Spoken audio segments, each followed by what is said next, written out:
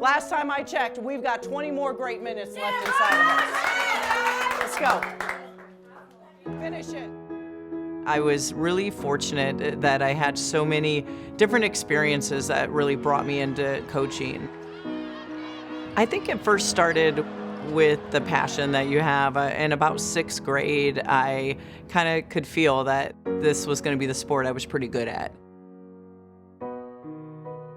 I grew up in Cedar Rapids, Iowa, with two loving parents, two hardworking parents. They raised 6 of us. We had our own basketball team. There were 5 girls and 1 boy.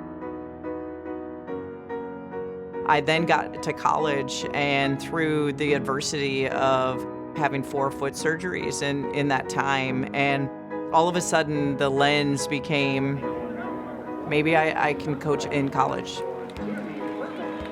Those experiences that I had at a really young age impacted me to kind of open my eyes that there was kind of a greater purpose that I was going to one day be called upon. I am here for one reason, to rejuvenate this program. I'm so proud of what Brenda's achieved, especially in her time at Maryland. She's been to the mountaintop. She's reached the pinnacle of her sport. I live it every day with her. I know every single thing it took to get to the top of that mountain. And my wife's ability to push herself and sustain that pace to get there, it's mind-blowing. He makes a pass and I do this, okay? He makes a pass, I jump to the ball. The thing I'm most proud of is the consistency level. I mean, we'll have forearm it.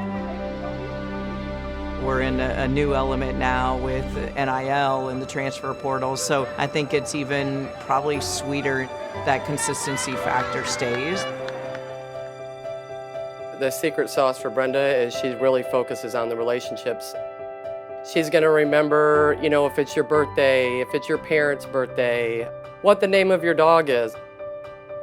When I came on campus, she made a really good gesture of just like trying to figure out a way to work with my mom since my mom's in a wheelchair. Escorting us everywhere, making sure my mom had somewhere to sit. That was one of the best things for us, knowing that I will be safe there, and then also when my family comes, they're gonna be included as well. It lends back to my upbringing. Culture, relationships, people have always been the foundation of how I was raised and, is the fabric within our program. When you've had the longevity of the time that I've now had in this career, because of the consistency, there's a level of confidence. To finish last year in the Elite 8 with 9 new faces, I think it just continues to reinforce to stay the course of who you are, that culture matters.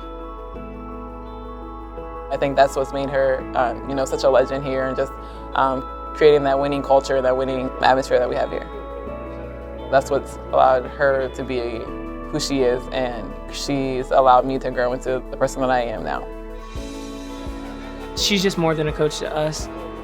She's very kind and honestly just cares about you more than a basketball player. She sets you up for life. My family is everything, and it starts with the village. My husband, Mark Thomas, he handles it all behind the scenes. Double trouble, having twins, they couldn't be any more different, but they're just my heart. She definitely helps me be a better basketball player. She'll go to our games and she'll write notes to tell us what we could have done to do better, but she won't tell us about it unless we ask her for the notes. So she doesn't push anything. She shares stories with us about what she teaches them at home or what she makes them do, and I'm like, oh, it's so funny because she is separate, but I'm like, you're the same as a coach and a mother. I learned so much from our players. Now I think I'm a better parent and mom because a lot of times we're recruiting players that are their same age. So I do think it keeps me current. It is crazy to think, yeah, she's my basketball coach, but at home she's a mom, she's a wife, she's a sister, a daughter. They're my release, and I just feel like I have the biggest support system from my family. She's probably the strongest person I know.